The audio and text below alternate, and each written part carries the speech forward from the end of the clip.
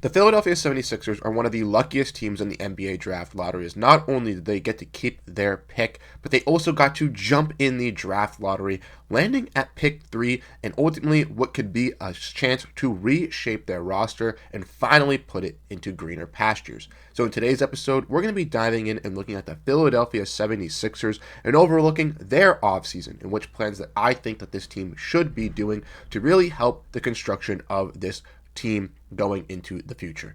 We already looked at this series here on Switch City, diving into some previous teams as well, looking at the Hornets, Wizards, Jazz, and Pelicans. So if you missed those videos, go check them out. If you're new to this channel, if you're new because you're a Sixers fan, let me know if I did a good job in reconstructing the 76ers down below in this comment section.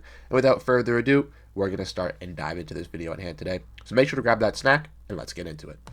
And like I said in the introduction, we're going to be discussing the Philadelphia 76ers, a team who was supposed to have some great aspirations from signing Paul George and forcing this big three of him, Tyrese Maxey, and Joel Embiid, but ultimately fell into the other part of the Eastern Conference, getting the third worst record in the East after many people had them as the third best team in the preseason. The Sixers finished at the season 24-58, and obviously with a lot of injuries to this roster, guys like Jared McCain, the rookie, one of the leaders for Rookie of the Year, going down early, a guy in Joel Embiid dealing with injuries this season, Paul George dealing with injuries this season. The Philadelphia 76ers decided that it was smart to tank, as their pick this year would have been sent to Oklahoma City unless it was a top 5 protected pick, which allowed the Sixers to once again tank, get to those odds, and luckily be able to land their first round pick this season. The Sixers, as we all know it, were scheduled to fall at pick 5, but were lucky enough to jump multiple teams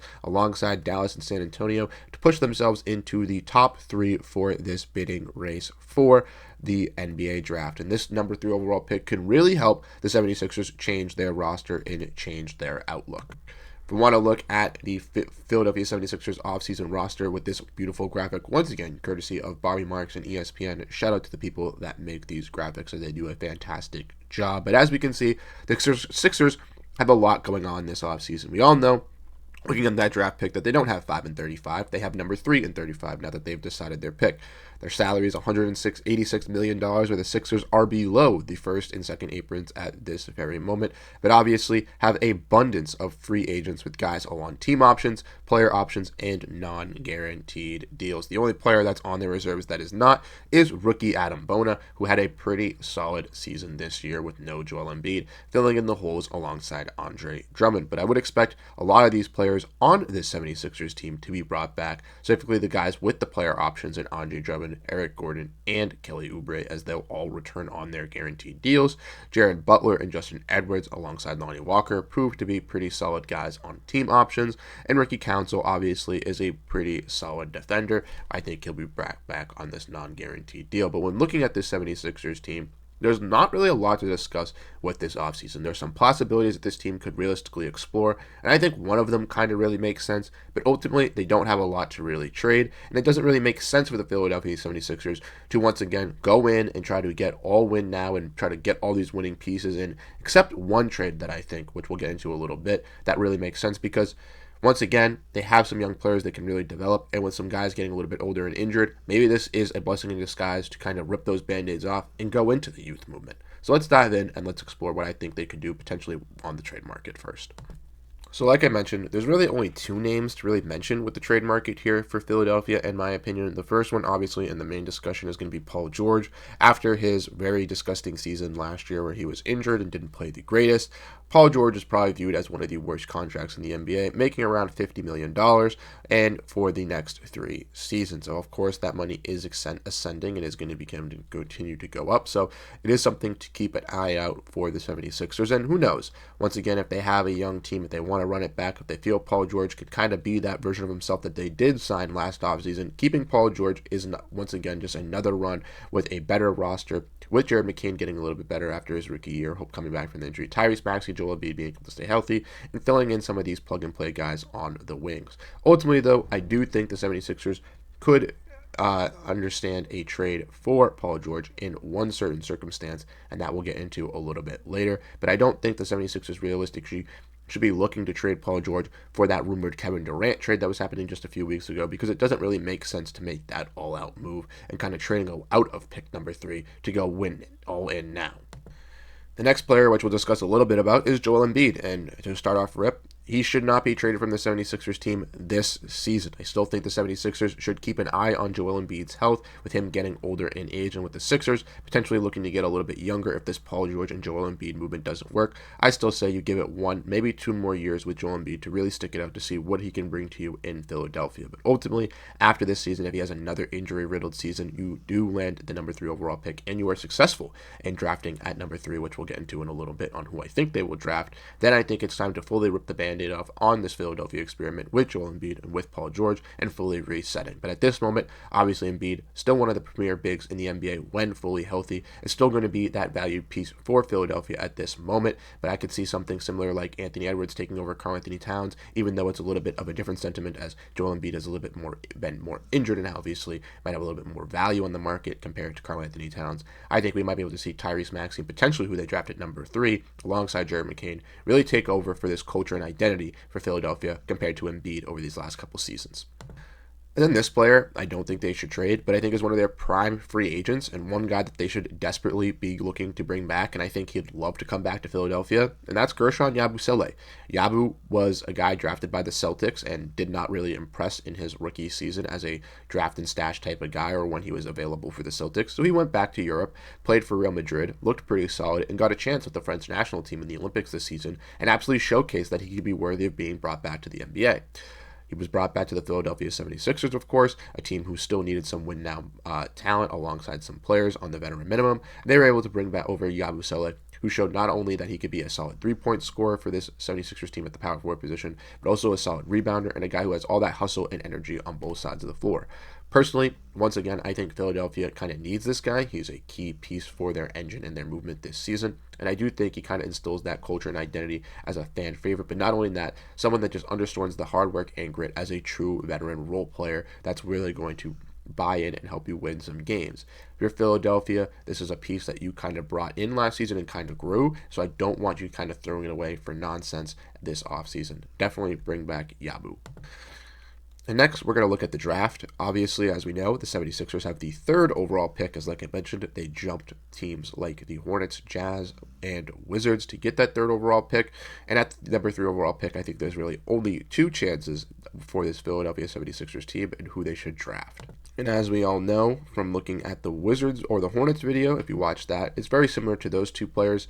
I think BJ Edgecombe is the clear-cut number 4. There have been some rumors that the Sixers could trade up or could take BJ Edgecombe, at number 3, as he would be another fit alongside Maxey and McCain as that slashing guy, but I don't think that's really the perfect fit for them. Ultimately, I think drafting a guy in Ace Bailey to kind of be that Paul George replacement is the key way to go for Philadelphia, and that's where I kind of alluded to in the beginning of this video, where if Maxey, McCain, and Ace Bailey really can take over and show that they can be the future, that they can be the bright lights this season, you have to trust into that, and that's when you look to trade Paul George. When he's not on a 3-year deal, he's on a 2-year deal, correct? When Joel Embiid's on a shorter deal. This is when you look to make these moves as Philadelphia 76ers. You're not looking to sell off Paul George because who knows? He could still be a solid role player this season, and even with this young team, with you having kind of going that route, he could still be that big contract that you do have on your roster that could still play alongside these young guys and be that veteran. But if not, Philly does feel that at the end of next season that they do want to go that bottom route, they do want to tank,